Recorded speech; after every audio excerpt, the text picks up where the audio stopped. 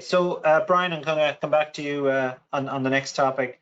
So I suppose, Brian, just interested if you could share, how the PPDs or partner performance dashboards help with in terms of improved business planning. I know we kind of touched on this, but in terms of being, more effective partner meetings or QBRs as we traditionally know them as, I'd just be interested to see how you guys fared out with it all. So.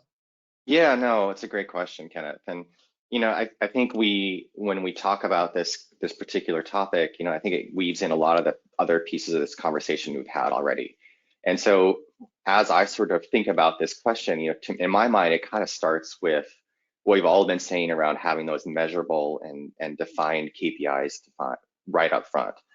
And I think that when you think about that in the context of the business plan or quarterly reviews, as you see, is that I think we've all been in organizations over those times where we've written those KPIs and you've put them into baseline or foundational reports within a CRM system so that people can measure it and track it over time.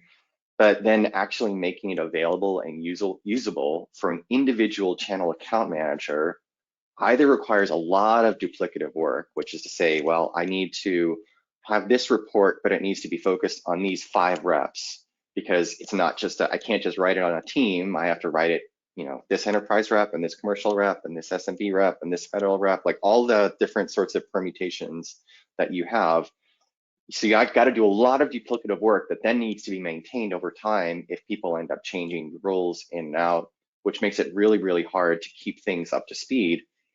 Or they're having to take these broad reports that are available to all the channel that do work for your channel chiefs and spend a lot of time within Excel or within PowerPoint trying to filter in or filter out what's actually relevant to either the partner that they're meeting with that day or the team that they're meeting with that day, whether it's an internal team, whether it's an external team. And so at the end of the day, like all the way that we're collecting these things and distributing these things, it ends up creating a lot of busy work that is super error prone, even if we all agree upon what the KPIs are themselves and how to measure them. Because of the different ways that the data may be structured in your own system, that error prone ability, it kind of hampers the ability to have effective business planning from the get-go.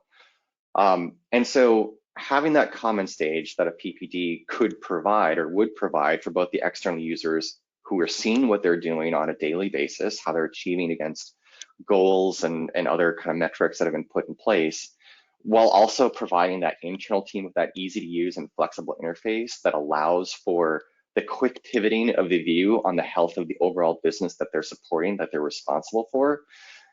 That's kind of the nature of these things, and what I see is unlocking how a business plan or a review session or everything else can be structured. And so once you do have that common stage, you can set the right goals during the business planning process. You can say, we're going to achieve 100% growth because you know what? We all agree that this is the baseline number that we're starting from. These are the things that are included as part of that.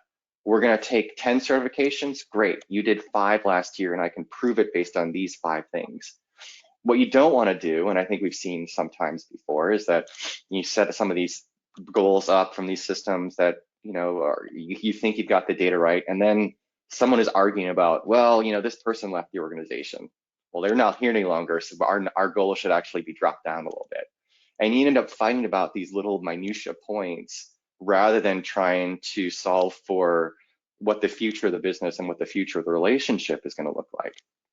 And so not only are you arguing about the business planning, but then, because you realize that your data is not great or your data is not effectively pivotable and reportable and shareable, it makes those future meetings where you're talking about how you're trying to achieve against that performance really hard as well. You're having to go through all those different, this report, I got to pull this person out because we agree that this is the last point. And once you're doing those manual steps, it's all over.